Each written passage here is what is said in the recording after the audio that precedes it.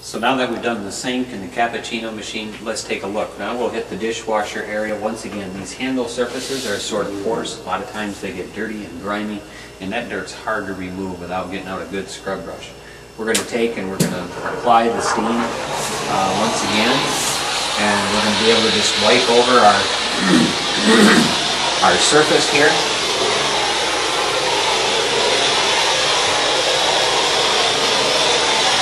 Easily clean. We'll be able to take off a lot of different dirts and residues that come across our handle. So let that hot steam just loosen up the dirt and the soil in the handle area.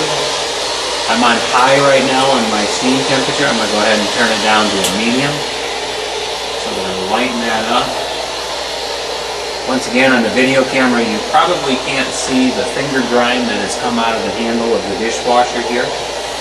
But there's noticeably a good 2 shades different in that handle and that porous material, because that steam just simply removes that soiling. It's going to take and dry down our dishwasher here a moment.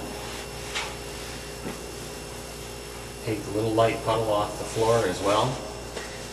Now we're going to work ourselves down to the floor, but before we begin with the floor, why don't we go ahead and change our attachment to a little larger attachment. This here, once again, very good for getting into the cracks and crevices. Maybe we should take a look before we change it right here. We want to detail around. We can get into the corners here, come around and tip it on in. Sitting underneath here just a little bit, coming along the bottom edge here. I know in detail cleaning it's very important to pay attention to the little details. You can see how we're fitting nicely underneath. The bottom of this cabinet, there's some cobwebs, things of that nature along the bottom. We can just simply come along the bottom here, steaming off this bottom rail of the cabinets. Seeing a little bit more dirt right in here, we'll go ahead and we'll take it off along the lower edge. We can get into our toe kick here, steam the toe kick as well. With our smaller attachment, being that this is a really small floor, we don't necessarily need the larger attachment. I probably wouldn't make a change, but for the sake of the video, let's take a look and see. Now once again, this is a very hot temperature right here. We're going to need to clean our bonnet because our bonnet is now really dirty. Even though this floor appears to be very clean, we picked up a lot of dirt and residue that has been left behind. So let's take a look. We'll set this down on the floor here a moment. Let's change over. We have our larger floor attachment. You can see that we've put another bonnet across this floor attachment. Don't necessarily need the bonnet.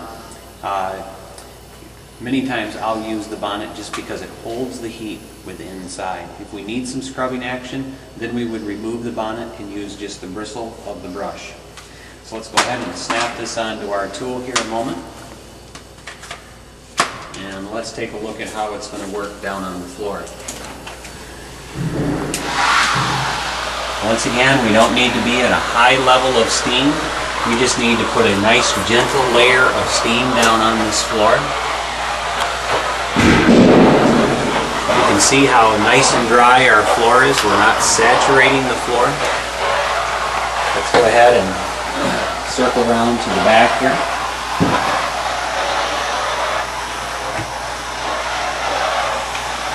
See how we put a nice gentle layer of steam down. You can see how we can kick it up. Now you can see the steam pouring out of the tool. We move around the floor and around the edges, back into the back area, able to pivot and move.